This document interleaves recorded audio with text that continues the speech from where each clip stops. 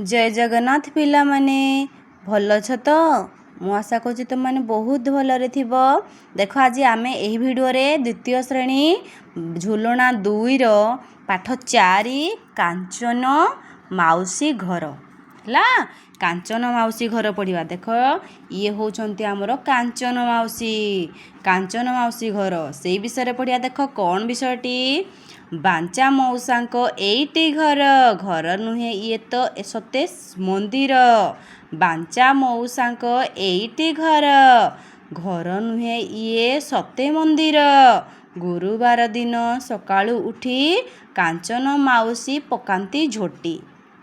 ताले कौन पिला माने बुझिबा बांचा मौसा ये हेले बांचा मौसा ये हेले कांचन माउसी हेले बांचा मौसा एटी घर।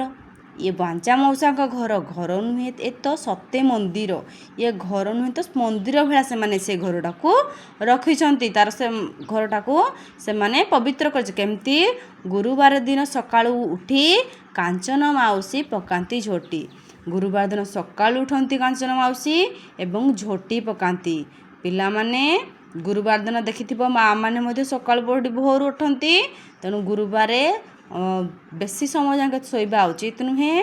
तेणुक गुरुवार दिन ही सकाळु से झोटी पकांती। किए झोटी पकांती ना कांचन माउसी पकांती झोटी तांको घरे।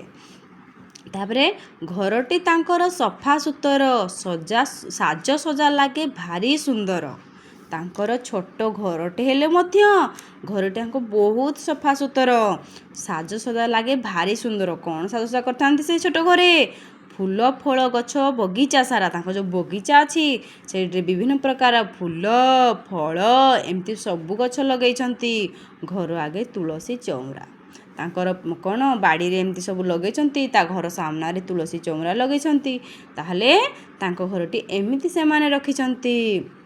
घरटी तांकर सफा सुतर साजसजा लागे भारी सुंदर फूल फल गछ बगीचा सारा घर आगे तुलसी चौरा। गोटे जदि गोटे छोट घरटे थी आम छोट घर हो कि बड़ घर हो जहाँ भी घर हो आम प्रथम कौन करवा को सफा सुतर करवा।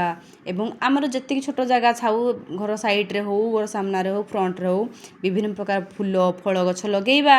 एवं घर सामने आम कौन करवा तुलसी गछटी लगेदेवा। यही सब जदि करवा आम प्रतिदिन यही सब जदि आम घरे थी आम घरटी बहुत सुंदर लगे। एवं परिवेशटी विशेषकर गछ पछपतर थिले फूल फूल गछ फल गछ विभिन्न प्रकार गछ एवं तुलसी गछ एवं सबू परिष्कार परिच्छन्न थिले घरटी बहुत सुंदर लगे एवं शांति लगे। आउ कौन हुए रांधणा तांकर भारी स्वाद हाथ चाटी चाटी खाइब खाद्य। गाई गोरुंक सेवा जतन जीवे दया तांको महत गुण। आउ कौन करती कांचन माउसी आउ कौन करती रांधणा तांकर भारी स्वाद। कांचन माउसी स्वादिया स्वादिया खाद्य सब तैयारी करती। सबु सुंदर सुंदर खाद्य एवं स्वादिष्ट खाद्य से तैयारी करती। एमती खाद्य तैयारी करते तुम माने सबुत खाईदेव चाटी सबू खाईदेव। माँ जमती तुम सब खाद्य तैयारी कला तुमको जोड़ा भल लगे तुम अधिका अधिका खाई दिए ना सेमती कांचन माउसी कौन करती जो सुंदर सुंदर खाद्य स्वादिया स्वादिया खाद्य करती एमती खाद्य करती जे हाथ चाटी चाटी सब खाईदेव। हाथ चाटी चाटी अर्थ कौन अधिका तुम खाईदेव। गाई गोरुंकर सेवा जतन जीवे दया तांको महत गुण। कांचन माउसी आउ गोटे गुण कौन अच्छी से जीव प्रति दया करती। से जेकोसी भी जीव हो से जीव प्रति दया करती एवं तांको घरे गाई गोरुंकर सेवा जतन करती। से गाई गोरुंको मध्य सेवा जतन करती। तमे माने मध्य कौन कर जीव प्रति दया कर विषय तुम यह शिक्षा करिया जे आम जीव मान प्रति दया जेकोसी भी जीव हो ताकू प्रति दया करता प्रति केबे ताकू अन्याय कि अविचार करवा नहीं ताकू कष्ट दबा नहीं है। आउ कौन कांचन माउसी कहले सभी को करती भारी आदर साई पड़िशा अति निजर। कांचन माउसी आदर्श नारी घरटी तांकर सरगपुरी सभी को करती भारी आदर।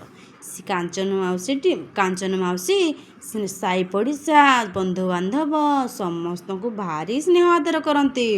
कहारी सत भी कली झगड़ा करते ना किंतु आम साई पड़िशा घरे देखि बुढ़ी मैंने कौन सब बेले आ सत कली ता सत कली आ विषय कथा ता विषय कथा से भूल कथा ना पिला माने भूल कथा।